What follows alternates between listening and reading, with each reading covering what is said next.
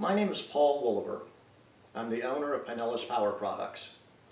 And this is my installation instruction video for large bore single cylinder multi-fuel generators. This kit, in order to be versatile enough to work with the gasoline and dual fuel and tri-fuel generators, will be an electric fuel transfer pump as opposed to a pulse pump like most of my kits have. The advantage that it gives you is that you will have more versatility. The pulse pumps are limited to a maximum dry lift of 20 inches, where with this kit, using an electric fuel pump, I have the base kit tuned to 24 inches of dry lift. If you have a special need to have up to 10 feet of dry lift, please contact me and we'll go over what you're doing, and I can develop a kit that will give you up to 10 feet of dry lift. So if you need to contact me, please do not try to contact me through the YouTube comment section. I do not monitor the comments. I simply don't have time. If you look in the description section of the video right below here, you will see that there is a link to my website. That's PinellasPowerProducts.com. When you get to my website, you will see a page on the different, you will see pages on the different types of fuel kits that I offer. There is a FAQ section, and then if you still don't see what you're looking for, you can either email me or call me and get me immediately. But whatever you do, please do not attempt to contact me through the comments on the YouTube videos. Real quickly, in order to use this in order to use this extended runtime fuel kit, your generator needs to be, number one, 300 cc's and up. And number two, it needs to be a single cylinder engine. Number three, it would need to have electric start. Number four, it would need to have an independent battery charge coil. It would be available to work on either the gasoline only, or dual fuel, or even tri-fuel generators. They would need to be carbureted as opposed to fuel injected. And last but not least, they would need to have a fuel shutoff valve. And just to be perfectly clear, I'm going to refer to the valve on the front of the generator that says off, storage, gasoline, propane, and natural gas. I will refer to that one as the fuel selector valve. However, the valve on the bottom of the fuel tank, the valve on the bottom of the stock gasoline tank on the generator, I will refer to as the fuel shutoff valve. So for the purpose of this kit, you would need to have a fuel shutoff valve on the generator in addition to the fuel selector valve. And with that, let's go ahead and get started. This kit is going to come in a box with everything you'll need except for the tank itself. And that is because different customers are going to want different size of fuel tanks.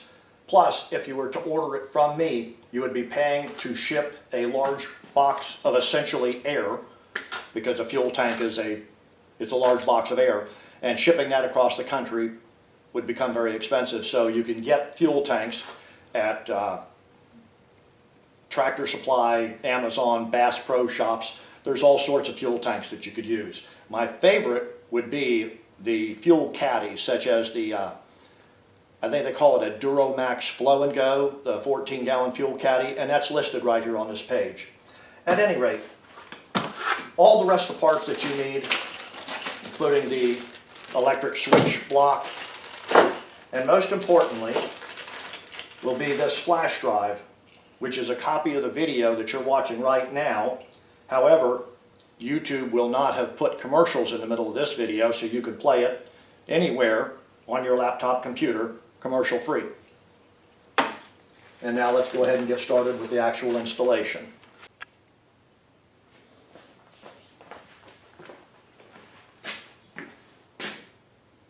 Okay, for the purpose of this video, we're going to be doing the installation on a Predator 13,000. However, there are several different brands and models of generators that this kit will work on. If you're doing it on a gasoline version, versus a dual fuel versus a tri-fuel. There will be slight differences, and I will go into detail as we get to that exact step along the way. So this video will cover the gasoline, the dual fuel, and the tri-fuel of several different brands of generator. Do not let the fact that this says Predator on this generator itself interfere with your understanding of it. One other thing I would like to review is, even though I covered this earlier, is the knob on the front of the generator, that in this case is off/storage. Gasoline, natural gas, and propane will be referred to as the fuel selector valve. This valve on the bottom of the fuel tank will be referred to as the fuel shutoff valve. So if I say shutoff valve, I mean this one. If I say fuel selector valve, I mean this one. And any other time that there is a difference between one generator and the other, I will go over that as I do these steps. Okay, so here in the first step, you're looking at the area right underneath the valve cover and the cylinder head. On several of the brands of generator, you'll see an evaporative emissions canister in this location. Not sure why Predator doesn't use one, how they got away with that. This is probably not legal in California though. Okay, no sooner did I finish editing and uploading my installation instruction video than Predator has now come out with a new version of the 13,000 watt tri-fuel generator. And sure enough, it has an evaporative emissions canister right down here where I had explained in the original video. There are two methods for dealing with it. Either move the evaporative emissions canister like I submitted in my original video, or if you'll notice, the version with the evaporative emissions canister has a hose that runs from the fuel tank vent and turns into the evaporative emissions canister, and another hose that runs from the air box and turns to the evaporative emissions canister.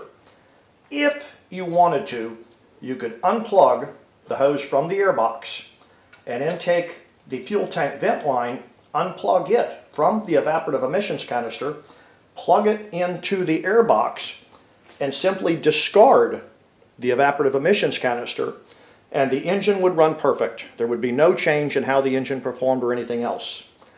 However, that would be tampering with the emissions system, and I would never recommend somebody tamper with the emissions system. That would be terrible. So on the Predator, I'm going to remove one of the rubber feet that's right here on this corner. If your generator uses an evaporative emissions canister here in this location, you may need to move the evaporative emissions canister out just a little bit so you can put the fuel pump behind the evaporative emissions canister. Okay, this being a Predator generator, we're going to be mounting the fuel pump right here in this location. I'm going to mount it this direction.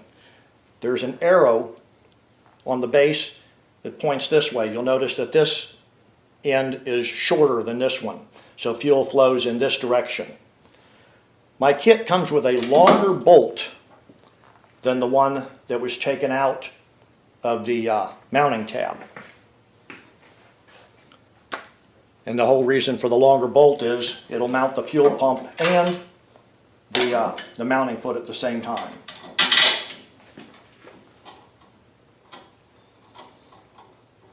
So I'm just going to put this on loosely to mark where the other bolt is going to go, and then I'll drill a hole for that location.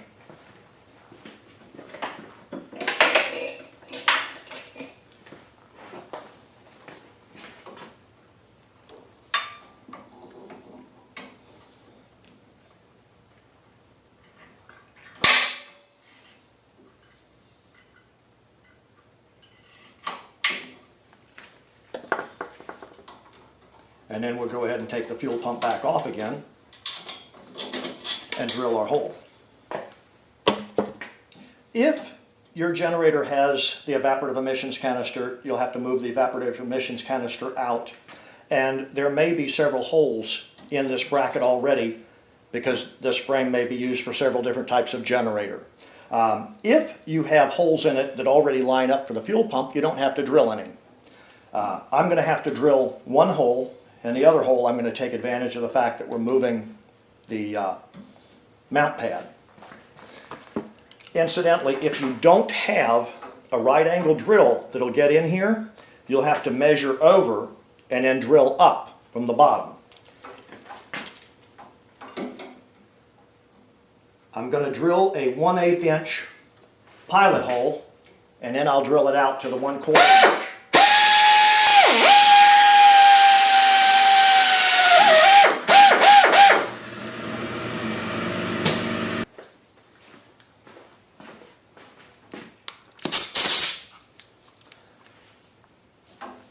Okay, now that I've got the 1/8 pilot hole drilled, I'm going to drill it out to the finished size, which is 1/4 inch. And I'm going to drill this one up from the bottom because my 1/4 inch drill bit is a little too long to get in here.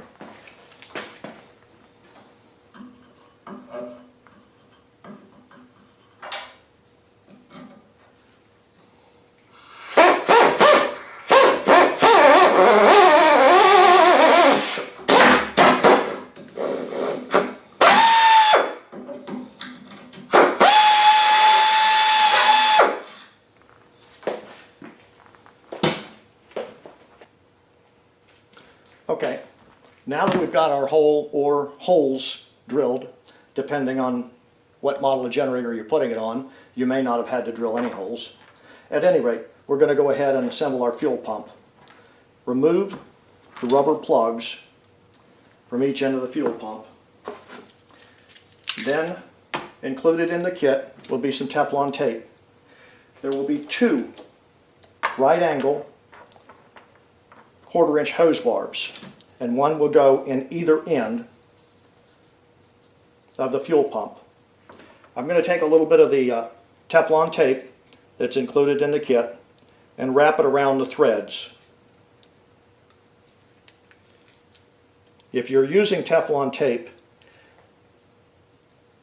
keep it off the face surface. By that I mean do not wrap it over the edge like this, because if you do, when you screw it in, it will shear that piece of thread, or excuse me, that piece of tape off.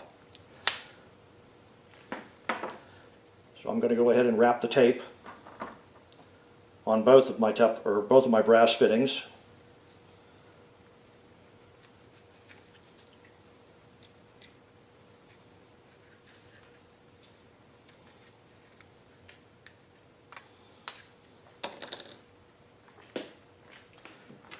And as I stated earlier, the pump is going to be installed with the short end facing to your right, and the long end will be facing to your left if you mount it underneath the cylinder head. So ultimately, we're going to want the clocking on both of the hose barbs to be approximately 45 degrees up, because as it's sitting under the cylinder head, you're going to turn the hoses and go past the carburetor and up to the fuel system.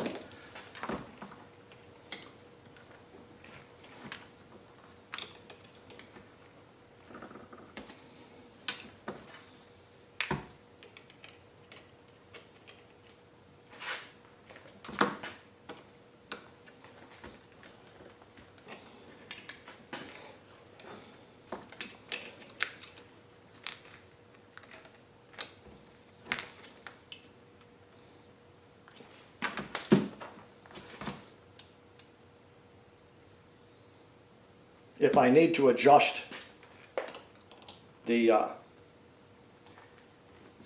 fittings just a little bit, I can do so. I left this one more vertical so it would tighten it as it rotated at 45. I'm going to leave this one more prone to 90 degrees here so that as I tighten it, it'll go more to 45, because you want to end up tightening the hose barb, not loosening it.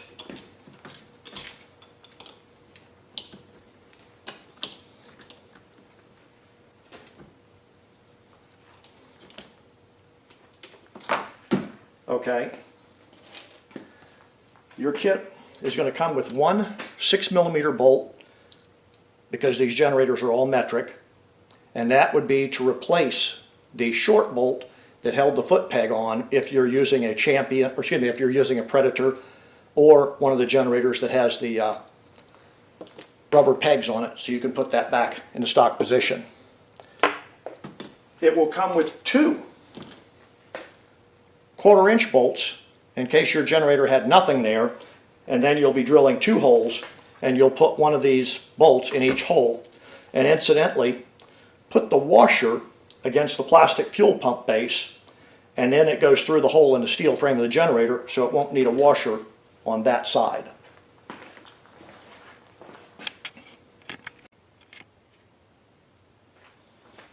Okay, so now that we got our holes ready, we're going to go ahead and install the fuel pump. And because this is a Predator and we've removed the rubber foot, I'm going to be using the longer bolt included in the kit, and that is the metric bolt as opposed to the American thread 1/4-inch bolts. I'm going to install the outer bolt first, only because it's easier.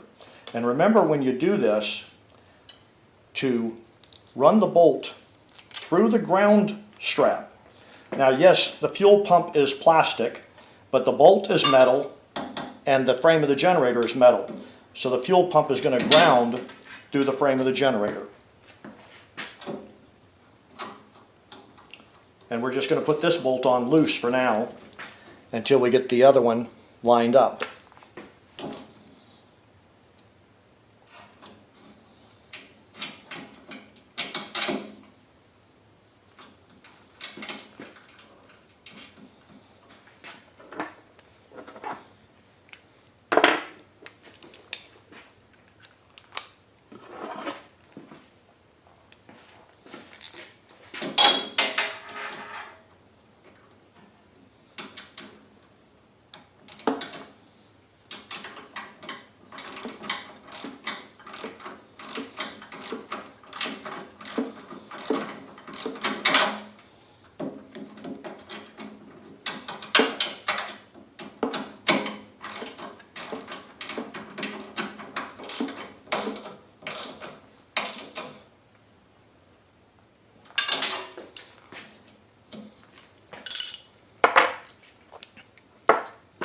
Incidentally, when you put the back bolt in, you'll make sure that the washer is above the plastic so that the washer spreads the load over a larger area of the plastic. The nut is going through a metal bracket, so you won't need an additional washer on the bottom.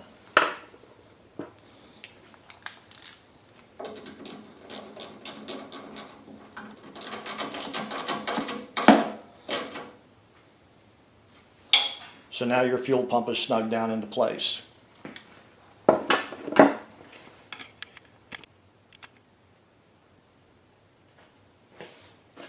Okay, this is the fuel shutoff valve that we had touched on earlier.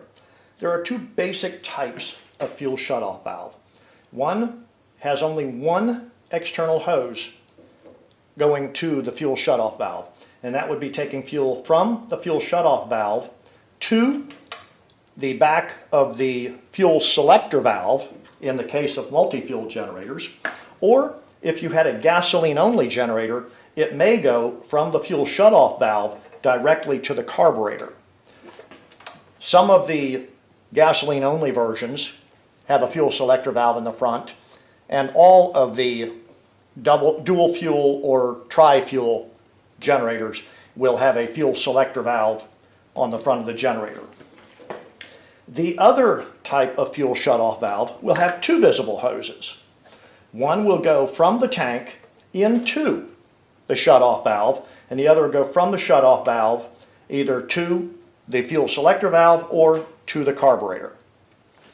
So what we're going to do here is, first thing is take the shutoff valve and shut it off so we don't have gasoline dripping on us.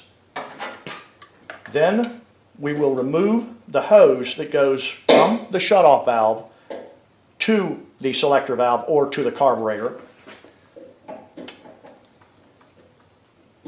and that's held on with a Corbin clamp. And let me show you real quickly how Corbin clamps work. When you squeeze on the two tabs, the clamp opens up, and when you release the two tabs, the clamp closes.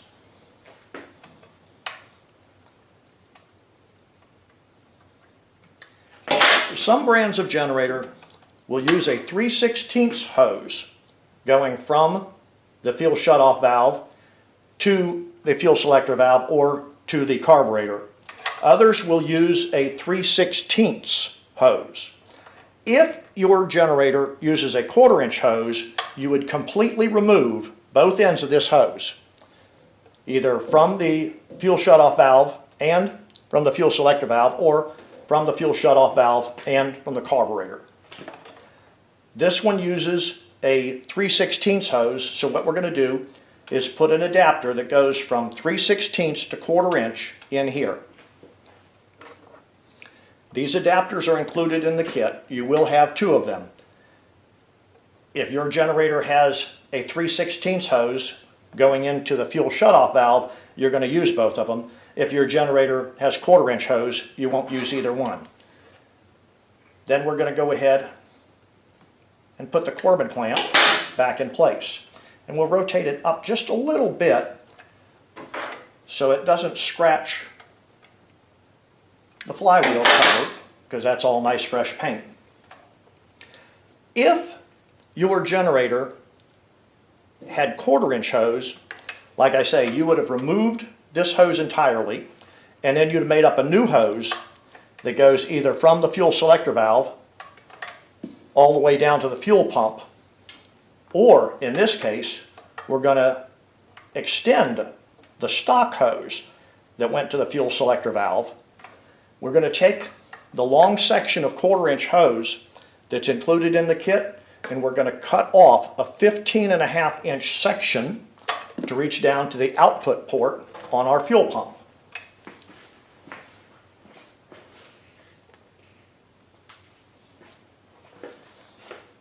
So here is a 15.5-inch section of 1/4-inch hose.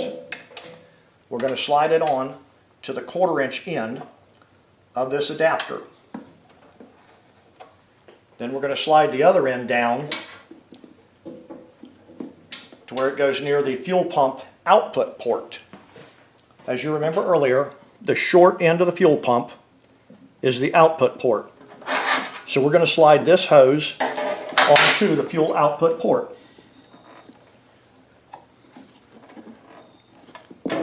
You'll notice that I'm not putting hose clamps on anything yet. The kit does come with enough hose clamps to put everywhere, but we're going to wait till we're done with the install just to make sure that we don't need to adjust the length of any of the hoses.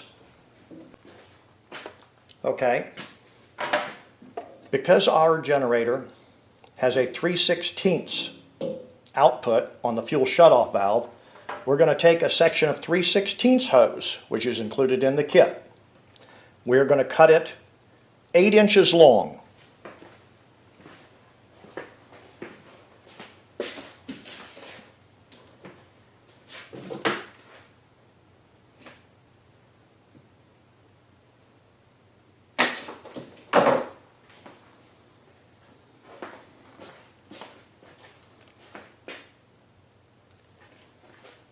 And we're going to slide it onto the fuel shutoff valve.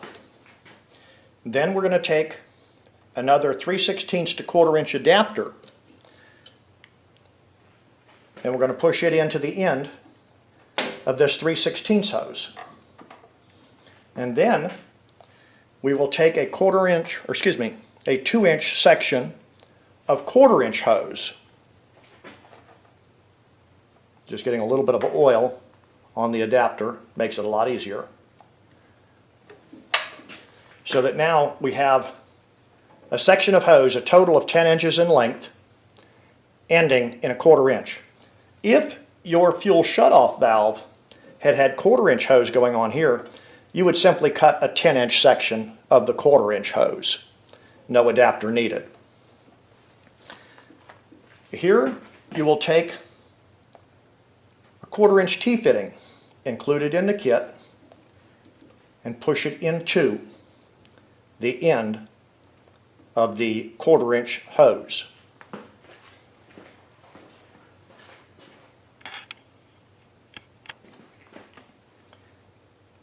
Now it's time to select where we put the fuel inlet port.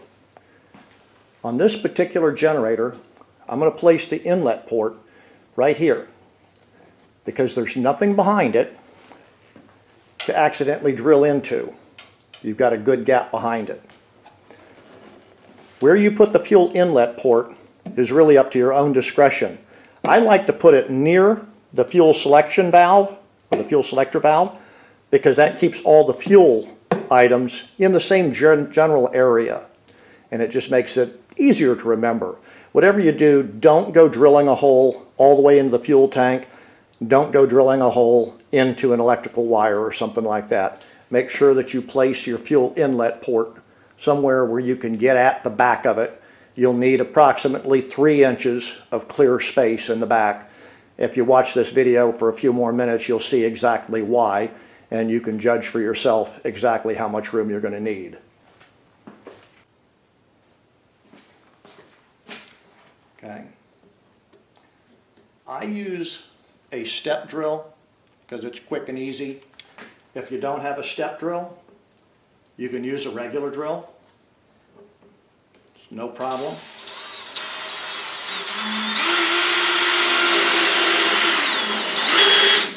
If you're using a step drill, be careful not to drill the hole too large because it does get bigger each time. That's real close. Okay, now that we've got the basic hole drilled, I'm going to use a repairman's reamer to open it up just a little bit to where it's just barely big enough for this threaded portion to go through, because I want a nice snug fit. Like I stated earlier, you can use a regular drill bit or a repairman's reamer, whatever you're the most comfortable with. I like the repairman's reamer because I can take it out in very small steps to where that's a nice tight fit.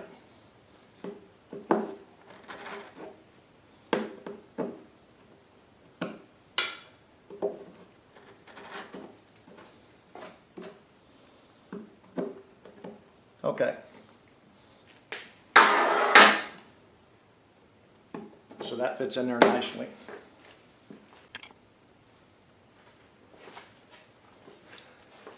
Okay, so now we've got the correct size hole in our plastic panel, and depending on what kind of generator you're installing this on, this panel may be plastic, it may be metal, or you may have decided to install it in a totally different location. And of course, that's user discretion. You can install it anywhere you want to. Just like I said, pay attention, make sure it doesn't look dangerous. So this being the fuel inlet port, the kit also comes with a 1/4-inch hose barb that screws on to the fuel inlet port. And your panel is going to be sandwiched between the hose barb and the fuel port. So the first step is going to be to wrap Teflon tape around the threads of the fuel fitting, just like you did on the fuel pump earlier in this video. And once again, be careful not to overlap the ends of the thread. Put a few layers of Teflon tape on that and then tear it away. Now, included in the kit is going to be a 1/2 inch flat washer. I like the 1/2 inch flat washer on there, particularly on this, because that's a plastic panel and I want to spread the load around just a little bit. So, and incidentally, this piece of Teflon tape, we're going to tear that off after we get it screwed down tight.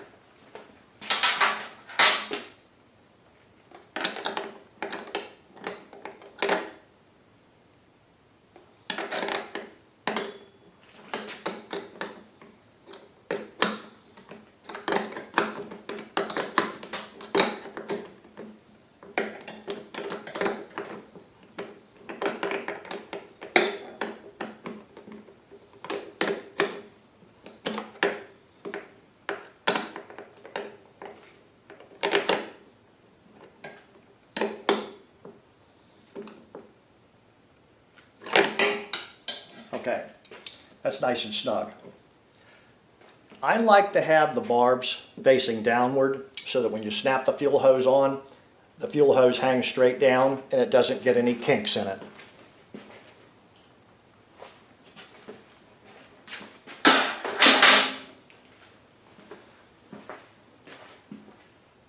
Now if you'll come around, you can look and see the back side of the hose barb where you're going to be putting the next section of fuel hose on. This is the hose barb sticking off of the bottom of your fuel inlet port. I've cut a section of hose 12 inches long off of our long section of 1/4 inch hose that came with the kit. We'll be trimming this hose to the appropriate length a little bit later. First step is going to be to slide this hose on to the end of the hose barb.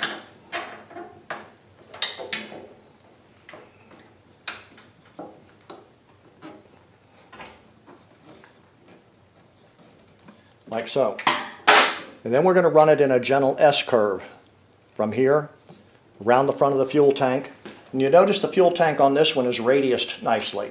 If it were not radiused, you would wind up having to use zip ties or something to pull the fuel hose up to the front so it did not touch the edge of the tank. You don't want the hose touching anything sharp anywhere.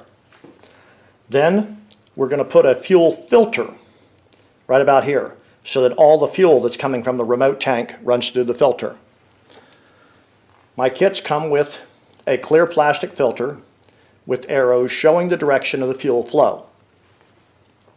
So even though I cut this hose to 12 inches long to start with, I'm going to wind up trimming it a little bit. So this will run into a gentle S-curve right about here. And that's why I don't put hose clamps on anything until I'm completely done, so that we can adjust everything just the way we like it. Now remember, this is fuel going in, so the fuel is going to be running in this direction, so we'll make sure that the arrows point this way.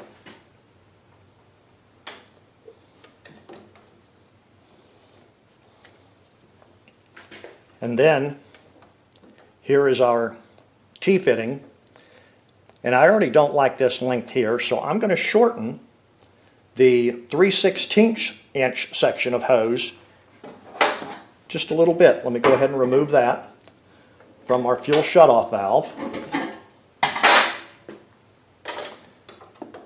I'm going to take about a 2-inch section of hose to connect the fuel filter to the fuel T-fitting.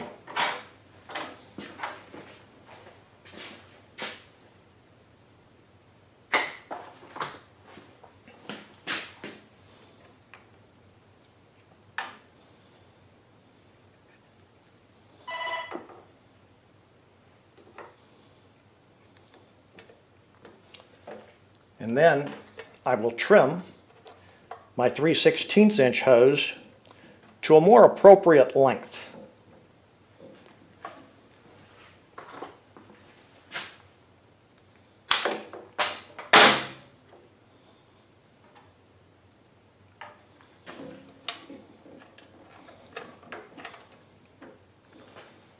Okay,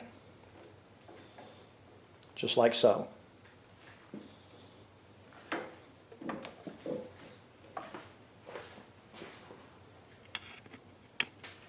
So now I've cut a 24-inch section of hose off of our long section of 1/4 inch included in the kit. A little bit of oil on the T-fitting. I'm going to put this 1/4 inch hose on, and I'm going to feed it right down through here. And it is ultimately going to connect to the input side of the fuel pump. So as you can see, we'll have fuel entering through the fuel port, going through the fuel filter, and going through the fuel pump if we're running off the remote tank. If we're running off the stock tank, it will come from the fuel shutoff valve to the T-fitting, into the fuel pump, and then back out the fuel pump into the fuel selector valve.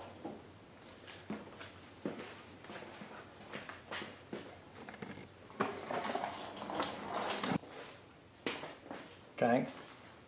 Now we're going to take the other end of that 1/4 inch hose and we're going to slide it onto the hose barb on the input side of the fuel pump. And then we'll go around the end of the generator and check our fuel hoses for length.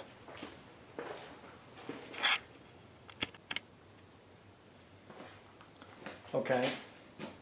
Now, before we start putting hose clamps on, we're going to take some of the zip ties included in the kit and loosely zip tie the fuel hoses where we'd like them to run. Now, right behind this panel is the propane hose on this one because it is a tri-fuel. If it were not a tri-fuel, if it were a gasoline only, then you would have to go around the panel and everything to zip tie the fuel hose. However, this again is up to the discretion of the person doing the install, and you put zip ties wherever you think they're necessary. And then you get an idea of whether the length of any of the hoses needs to be trimmed or adjusted.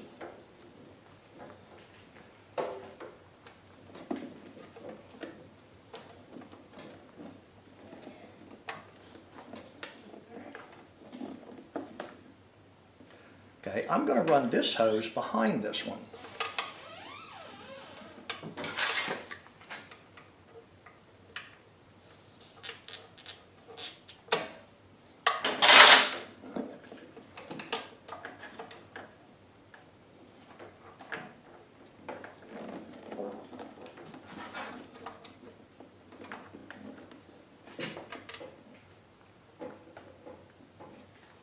Basically, what we're doing is we're putting a zip tie anywhere that we think would benefit from having a zip tie to hold the hoses into an orderly location.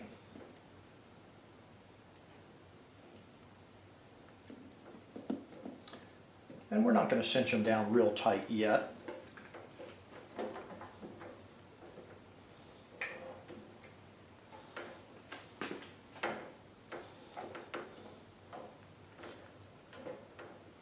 Okay, I'd like to put another zip tie right here, but I can't really do that until I put the hose clamps on.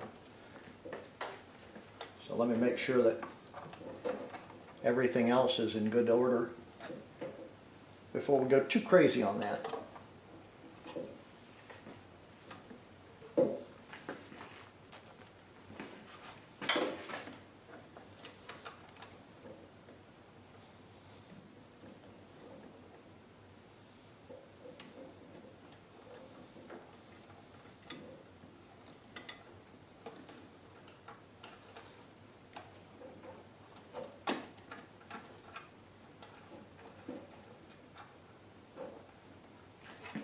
Okay, this kit comes with two different sizes of hose clamps. You got the small ones, and those will be used on the 3/16 hose, and the larger ones, and those will be used on a 1/2 inch hose. Let me show you how these clamps work real quickly.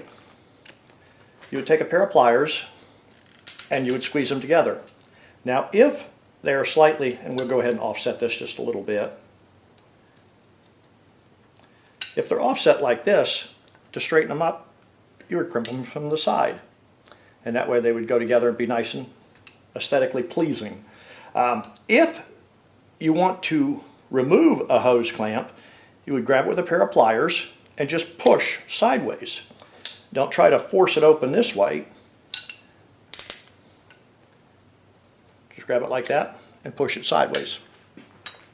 So now we're going to go ahead and put hose clamps in every location where they need to be. Start with, there's a 3/16 hose going to the fuel shutoff valve here. So we're going to put a small clamp here.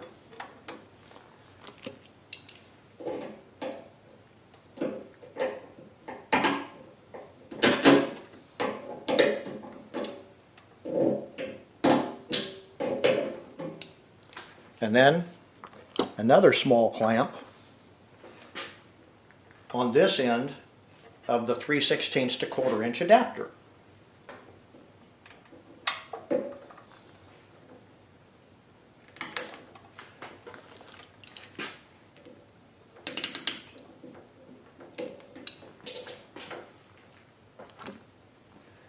And that's the 3/16 hoses.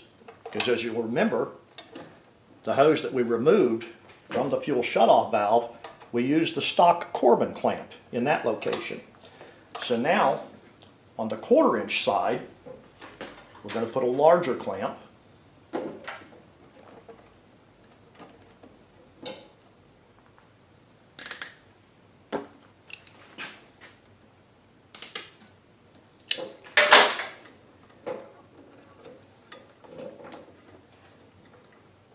And now we can tighten down this zip tie that we used to zip tie this hose to the bracket.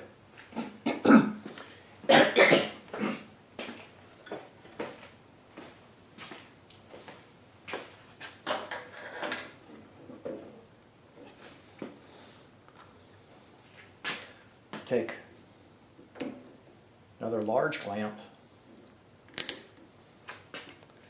put it on this portion of the T-fitting. Remember, the T-fitting will have 3 barbs. Make sure that each one of them gets a clamp.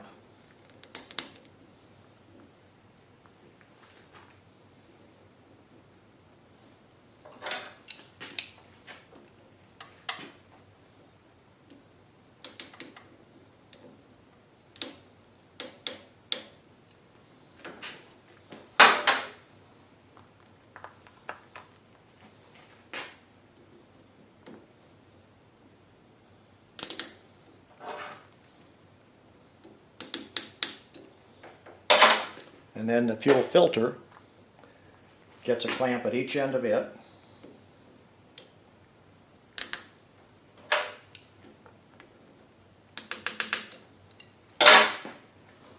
And these again are large clamps because this is 1/4 inch hose.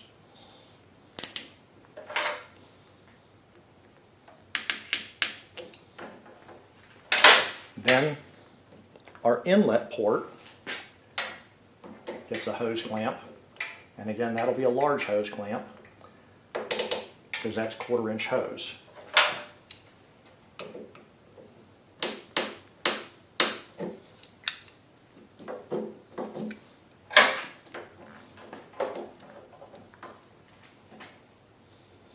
And now I can put a zip tie from this section of hose up around the propane line that's hidden behind this brace.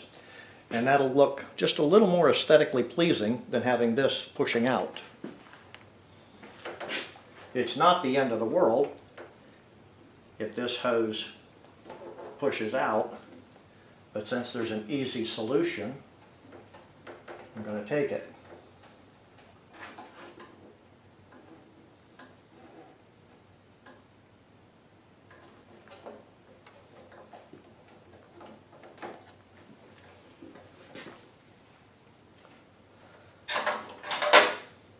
We'll go ahead and trim the tails off of these zip ties.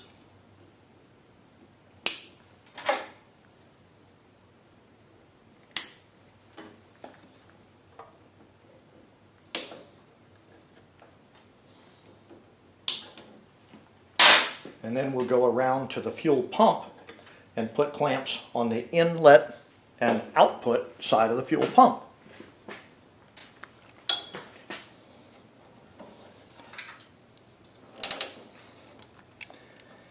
This is the inlet side of the fuel pump here.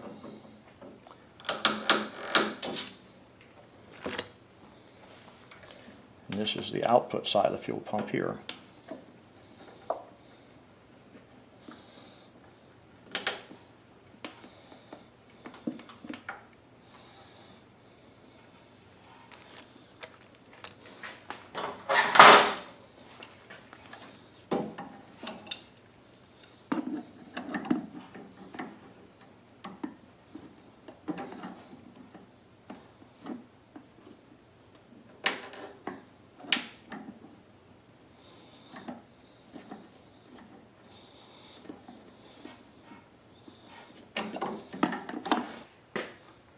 Now we have the switch block, and what this does is it controls the fuel pump.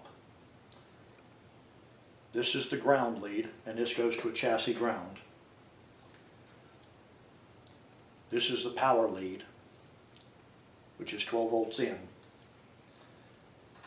This lead is a sensor lead, and what it's going to do is make sure that the pump is only working while the generator is actually running. If you just turn on the power switches and you go, the pump isn't pumping, it must be a bad pump. No, no, no, because the generator isn't running. We don't want the generator to pump fuel if it's not actually running. So if the generator stalls for any reason whatsoever, this will shut the pump off. This is the output power to the fuel pump, and these leads tell the switch block which position the selector valve is in, because you only want the fuel pump to be running when it's in the gasoline position. So if you've got it in the natural gas or the propane position, this is going to shut off your fuel pump also. But you don't want the fuel pump to be running in the natural gas or the propane position, because the electronic solenoid in the bottom of the fuel, or in the bottom of the float bowl, is going to be closed, so the pump will be deadheading. So you don't want it to be running in the natural gas or the propane position. So let's go ahead and install this. I'm going to go ahead and set our switch block behind the hoses for the fuel system, but on top of the main harness.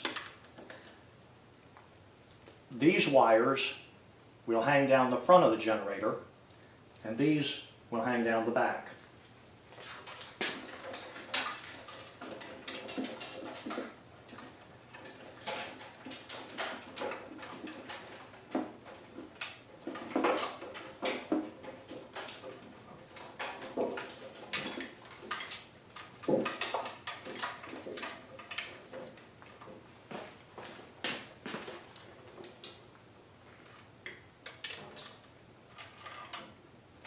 We want the red and the black to hang down near the battery area.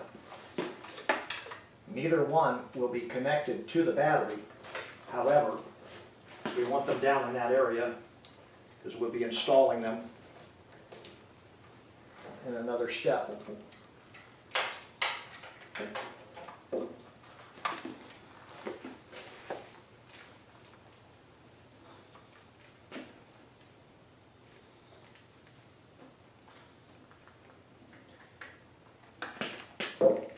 These three wires I'm going to run right next to the stepper wires and the choke control wires, because they also go to the carburetor.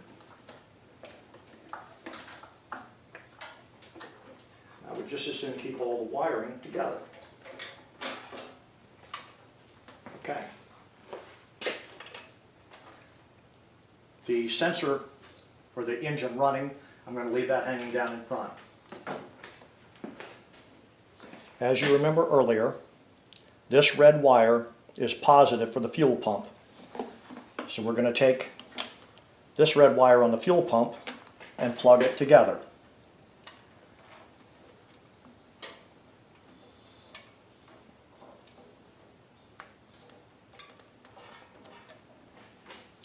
We can take one of the zip ties included in the kit and zip tie this wire to the fuel hose or to the carburetor, or whatever makes the most sense. And I'm going to wait and do that at the end when I clean everything up, just so I don't have to go moving it and cutting zip ties. Here is a solenoid valve on the bottom of the float bowl of the carburetor. The purpose of this valve is to keep gasoline from flowing from the float bowl into the venturi of the carburetor when the fuel selector valve is in the propane or natural gas position. So if your generator is a dual fuel or a tri-fuel, or some of them will call it a multi-fuel generator, it will definitely have one of these valves. If your generator is gasoline only, it may not have this valve at all, in which case you don't have to worry about the two orange wires. They don't need to be hooked up at all. You can tape them off or whatever you want to do. Now, with these valves, there are two basic configurations. One has two wires that come out of it and go up into the mother harness. The other has one wire going to ground and the other wire going into the mother harness.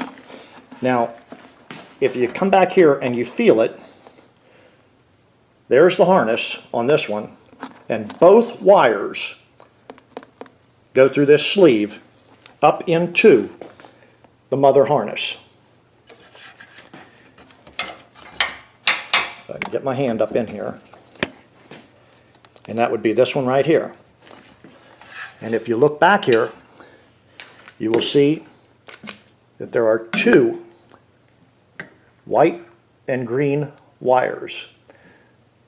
And let me get the camera on a tripod so that I can show them to you, and then we'll go ahead and hook them up.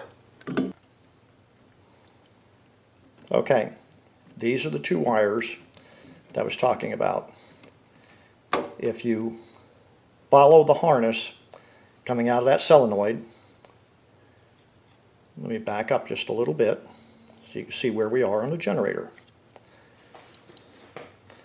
This being the fuel shutoff valve. Right behind that, where it's really difficult to get at, there are two bullet connectors. And what we're going to do is we're going to unplug one at a time. So we'll unplug one bullet connector, and that looks like the male bullet connector and a female bullet connector. And we'll demonstrate it like this. They're plugged in together, so we're going to unplug one at a time. We'll plug the male into the female side of this one, and we will plug this male into the female side of the factory one. And then we will undo the other factory one, and we will plug the male side of the factory wire into the female side of this, and we will plug the male side of ours into the female side of the factory one. Unfortunately, it is so tight in there that I don't think I can hold a camera and a flashlight and put it together. Let's see how it goes.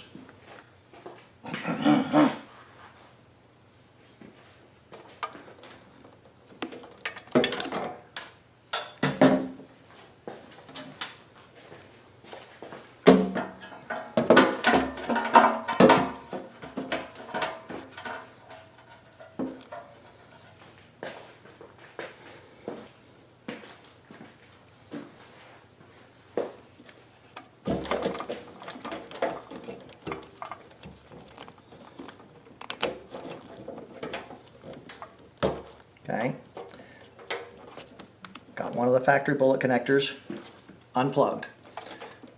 So now I'm going to take my harness, push it back in here. I'm going to plug the factory male onto the female from mine.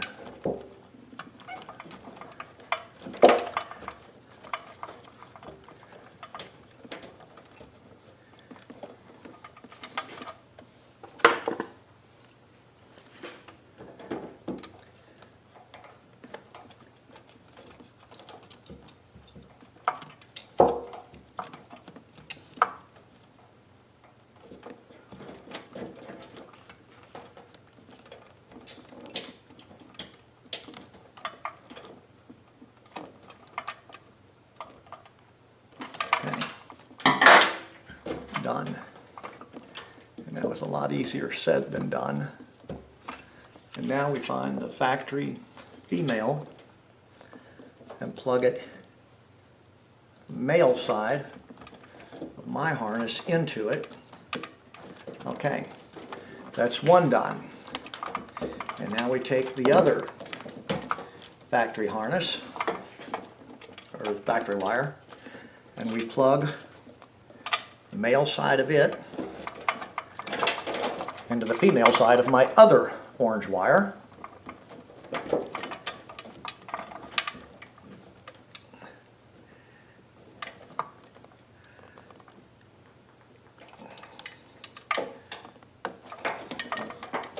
And then the male side of my other orange wire into the other factory female bullet connector.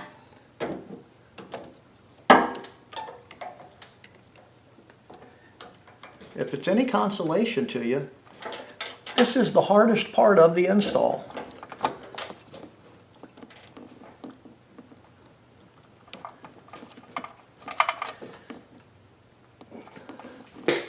Okay.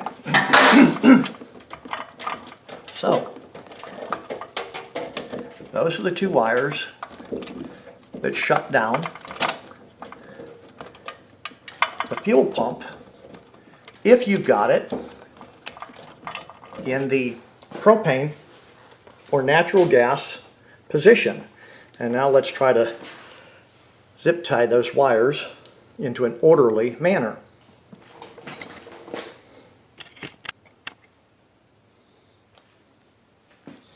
Okay, if your generator had one of these solenoid valves that only had one wire running all the way to the mother harness and one wire running to ground, you would cut my bullet connector ends off, or at least the male bullet connectors off. On one of the orange wires, you would put a ring terminal and run it to ground. And it doesn't matter which orange wire you did it with. That's why I made them both orange. But you'd put a ring terminal on it, and I would put it to the same exact ground that the factory solenoid was to. So you'd take out their screw or their bolt from their ring terminal, slide this ring terminal over it, and tighten it back down.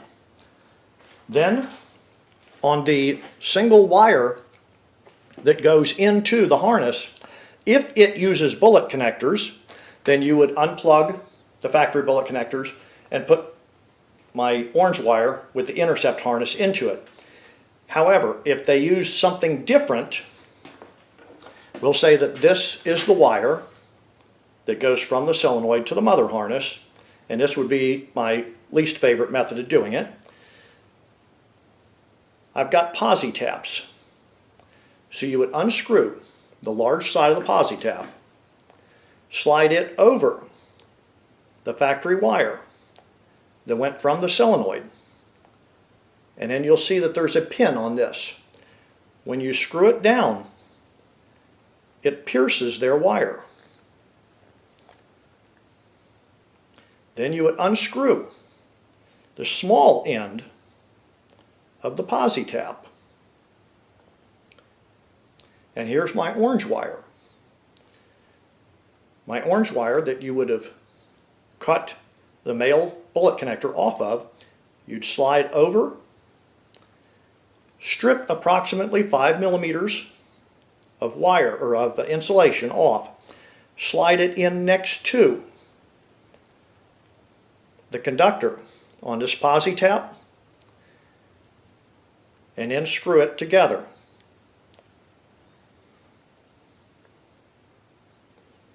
And now my orange wire is connected to the factory wire regardless of what kind of wiring plugs they used. And that would only be if you had something that did not use bullet connectors. You'll get 2 of these posi taps in the kit, and you'll get 2 ring terminals. So now let's go on to the next step. Okay. The next wires that we're going to connect up is going to be this connector here, which is coming out of my switch block. You'll notice that there is one wire that comes out of the switch block, and it joins to this intercept harness. The easiest way to identify the wire harness that you're going to plug into, which on this generator would be this one right here, is number 1, the wires will be the same color. Like on this Predator, they're both brown. On DuroMax, I believe they are green, typically.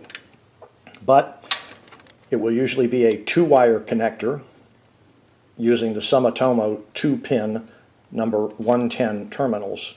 Okay, the next thing that they have in common is that you'll notice if you trace the wiring harness down, they will come out, let me get this out of the way, they will come out from behind the blower housing. And on this generator, this wire right here that comes out from behind the blower housing goes up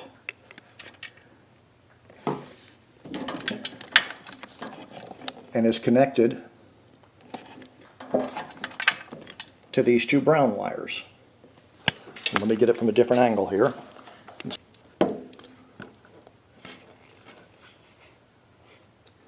So that's the wire that we're looking at. You notice that that's the wire we're looking for right there. You'll see just above and to the left of the ground screw is the braided sheath carrying these two wires. And they go up, join the main harness, and then they come around, and here they are. So what we're going to do is we're going to unplug these two wires, and then we're going to plug my intercept harness into it. Okay, to unplug these two wires, you simply squeeze in on this tab and they unplug. So you take the male half of the factory harness, you plug it into the female side on my harness. You take the male side of my harness and plug it in to the female side of the factory harness, and you are done. Now, if your generator is using a different type plug than this, what you'll do is cut my brown wire right here, and then you'll use the other posi tap included in the kit to posi tap into one of the factory wires. And you saw how the posi taps work in the earlier section where I demonstrated them. But you will connect my brown wire to one or the other of their brown wires, or in the case of DuroMax it'll be green, but at any rate of the battery charge coil wires. The reason they make them the same color is because it doesn't matter which one you go into, so don't let that worry you too much. So now we come to the last two wires, and that'll be the positive 12 volt and the ground wire. The first step will be to disconnect the battery. Some of the batteries you'll have to undo a bolt. On the Predator it's very simple. You just undo this connector and the battery is disconnected. So the ground wire, put to a ground on the engine block. You could run it over to the negative terminal of the battery. I don't like doing that, strictly because I don't want a whole bunch of wires going to my battery when I have to change the battery, which is a serviceable item. I want one wire going to each terminal. So the ground wire on this, we're going to loosen up the screw that goes to the factory ground, and that would be this bolt right here. We're going to take this bolt out, and we're going to slip our ring terminal from our black wire right next to the factory ring terminals, and then we're going to tighten it back down. And let's see if we can get the camera aimed on it while I do this. Okay, so we're going to go ahead and loosen up this ground bolt.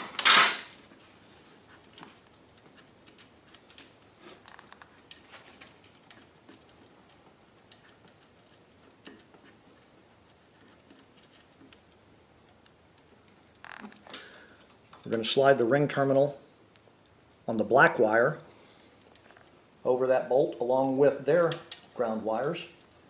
We're going to put the bolt back into the engine block and tighten it back down.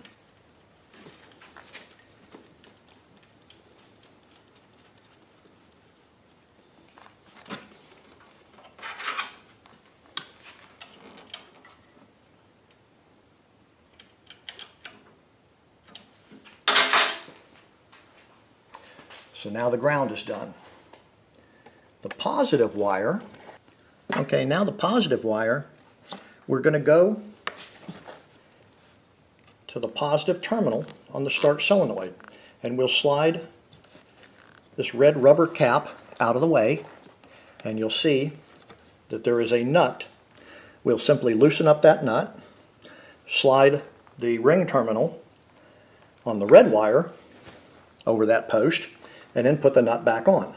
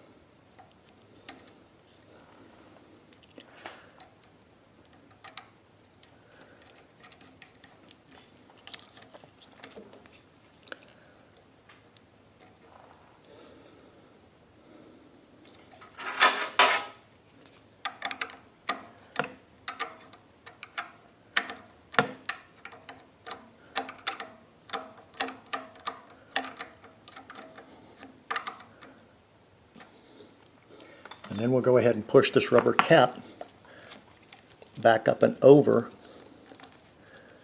this stud and nut.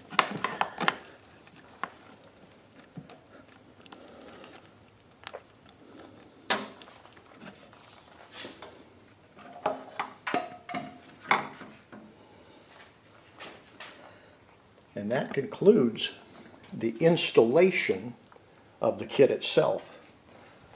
In the kit, there is also a fuel connector, and that will go into your fuel tank. There is a Yamaha fuel hose with a prime bulb. There's also a sticker with the operating instructions, and we're going to go ahead and put the sticker on top of the fuel tank so that anytime you're using it you can refresh your memory by reading the sticker.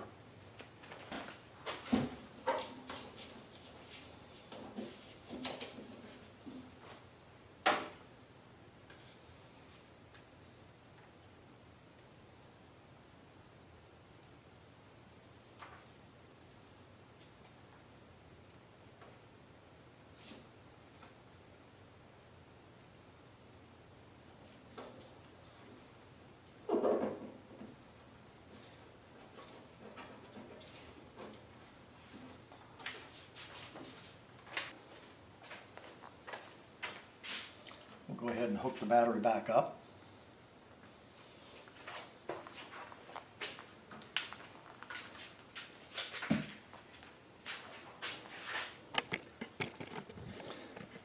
And now your install is completed.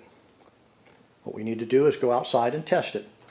And remember, once again, as I stated during the installation process, that if you turn the master switch on and turn the fuel to the gasoline position and turn the fuel shutoff to the off position, the pump will not come on until the generator is actually running. And that's a safety feature that if the generator stalls for any reason, I want that transfer pump to shut off so it's not transferring gasoline into a stalled out generator. Also, as I stated earlier, this is my suggested location for the fuel pump. However, if you have a situation where you would rather put the fuel pump somewhere else, that's open to the discretion of whoever is installing it. You could actually even drill holes in this frame rail here. Then the fuel pump would be kind of obnoxious looking sticking out, but if that's the way it needs to be, then it's a free country, do what you want. You could also put it over here. And that's strictly the choice of the person doing it. At any rate, so now we'll roll the generator outside and we'll go ahead and fire it up.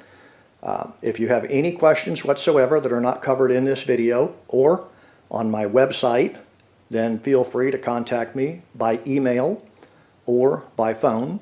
Please do not attempt to contact me on the YouTube comments section. I do not monitor the YouTube comments section, so I will not be quickly getting back with you.